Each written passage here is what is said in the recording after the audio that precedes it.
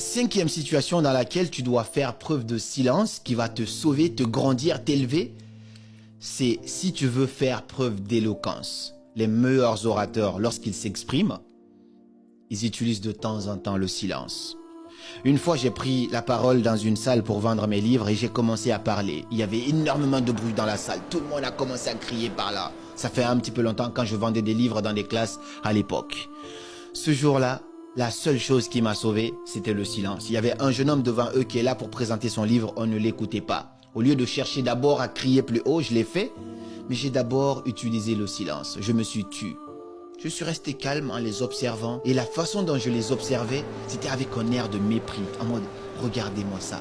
Ils peuvent même pas écouter quelqu'un. Et plus je me calmais, il y en a qui se posaient des questions, mais qu'est-ce que lui il fait devant? Et la classe commençait à se calmer. Et dès que j'ai eu un peu d'élan, j'ai élevé le ton. La classe, elle est devenue calme. On pouvait entendre des mouches voler. J'ai vendu dans cette classe le plus de livres que je n'avais jamais vendu de toute ma vie. Ça veut dire que parfois le silence, c'est ça qui te grandit.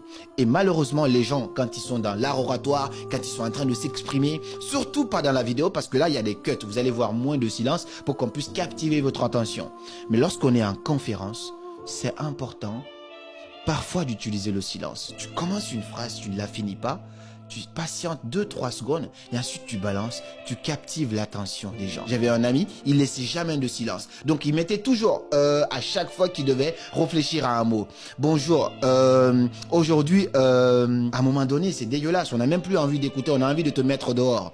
Donc apprends à utiliser le silence. C'est l'une des meilleures choses que tu peux utiliser dans l'éloquence. Parfois, tu dis des petites choses, tu respires et ensuite tu continues ce que tu dis. C'est des choses comme ça qu'on partage dans nos différentes formations sur la création de contenu, sur l'art oratoire. C'est des choses qui peuvent te permettre de captiver l'attention des gens, que tu sois juste un entrepreneur qui veut faire un speak, étudiant qui veut exposer ou sinon un vendeur qui veut vendre. Tu peux te servir de ça à tout moment et même dans la vidéo, le silence nous permet de captiver l'attention de temps en temps et de pouvoir convertir